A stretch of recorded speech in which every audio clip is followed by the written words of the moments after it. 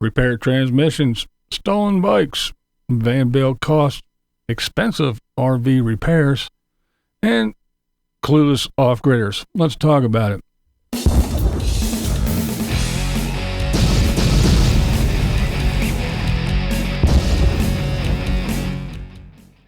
I hope everybody's having a good weekend. All right. Let's start with Matty Van Halen. Matty got his van back. And, between the money he spent on the casita and the transmission and the rental car, he sunk quite a bit of money into his little RV life recently. The Matty wagon is all fixed up. Brand new shiny transmission. It is so good to have you back, Matty wagon. Oh my goodness. So here we are, $20,000 later between a new transmission and like I just said. So yeah, 20 grand he spent. So even Matty says, so yeah, if you think, if you're thinking about coming out here and living the free, cheap, and easy life, he didn't say all that, not in those exact words, but he let you know that, yeah, you're going to need some money. He also talked about that, I guess somebody in the Bob camp saw his video about Bob needs to redo and tell people they need more money in their reserve. So I guess there's going to be a big meetup with Bob and all that other stuff. But I will say, no matter what happens, and I don't mind Matty. I think he's got an all right channel. But he never once said, I need. He went and he addressed the issue. He was just sharing. He wasn't asking for money or anything. Yeah. Interesting, isn't it? Yeah. So not everybody has their hand out. Thank goodness.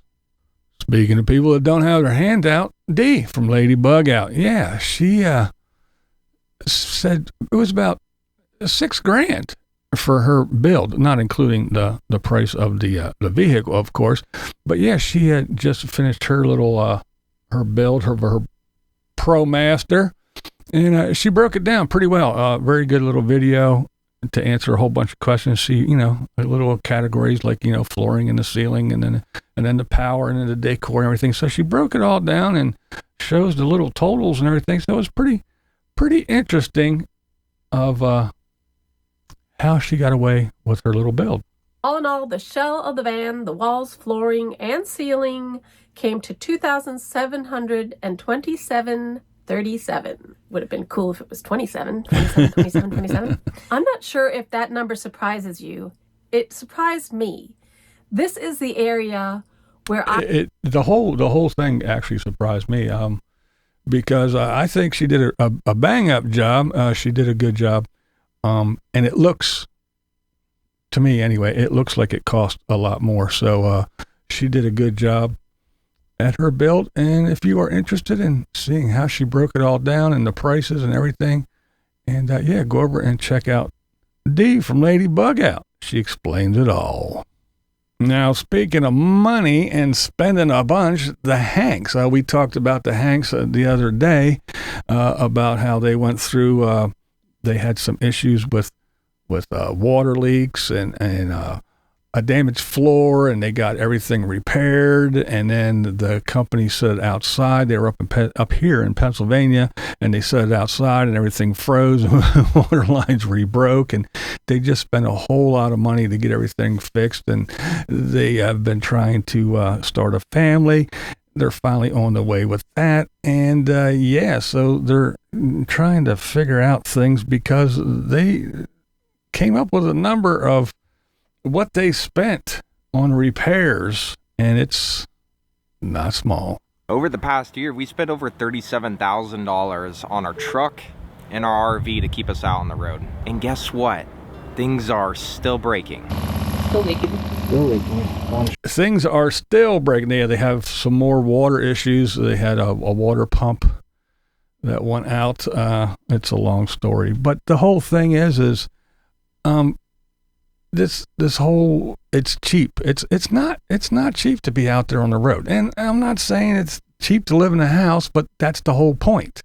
It's if you want to travel around and do that, then yeah, but it's not a cheap way. It's not a way to escape taxes or escape financial woes. It's not, because everything breaks.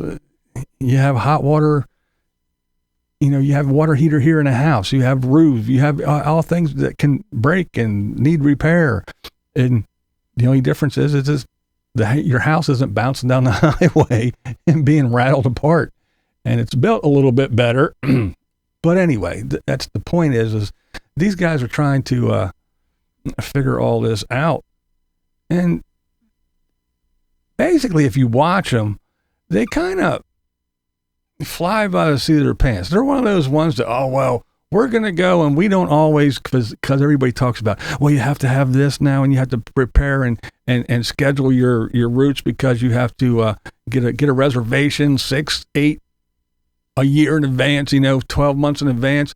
And they just, no, you could do it. You just show up and, and cross your fingers. And I don't know if that lifestyle, and hey, good on them if they can make it work, but I don't think that lifestyle is going to work when you got a wean that you're toting around, especially once you get that newborn again, and you have all the doctor visits and the inoculations and the checkups and the this and the that, and you're going to be cruising all around doing whatever, wherever, and just kind of winging it.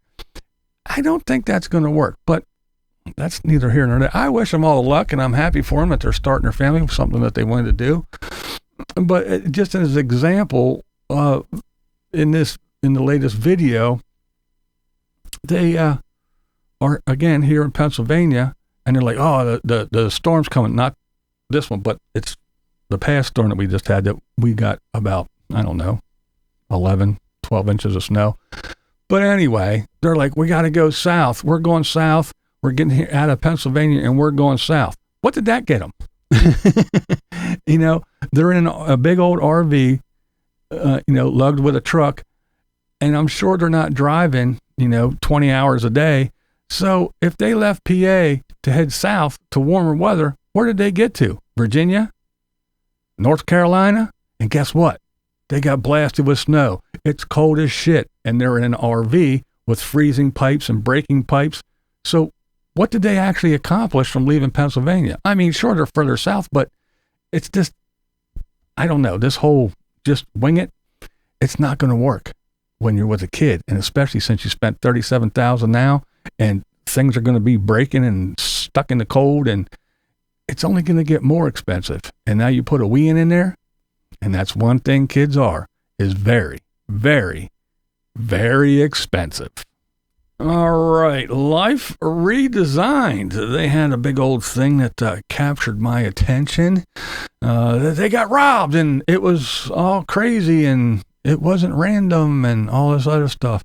I thought it was some big to-do, but not really. I mean, it's always sucks when somebody steals your shit, but it was basically some e-bikes. An empty bike rack. Yep. Somebody, somewhere along our travels, stole both of our e-bikes. No joke, no drama, no other, gunpoint, took everything we had. Nope, just literally took both of our e-bikes. And what makes they were on the back of the rig, and apparently they said that they had 4 different locks and chains on these 2 things, and they managed to to creep up and take them. And the bad part is they don't know exactly where it happened, so filing police reports and getting insurance and all other shit isn't having. And plus, it's e-bikes, people. We know how it is with nomads and e-bikes. They probably got them for free any damn way. I don't know that for sure, but in all the likelihood, they did. I haven't watched LifeRedesigned lately, because they turned their channel into basically some, cut the cord, pushing stuff, Superbox Supreme review, cable alternative, and here's a Superbox S7 and Ultra review.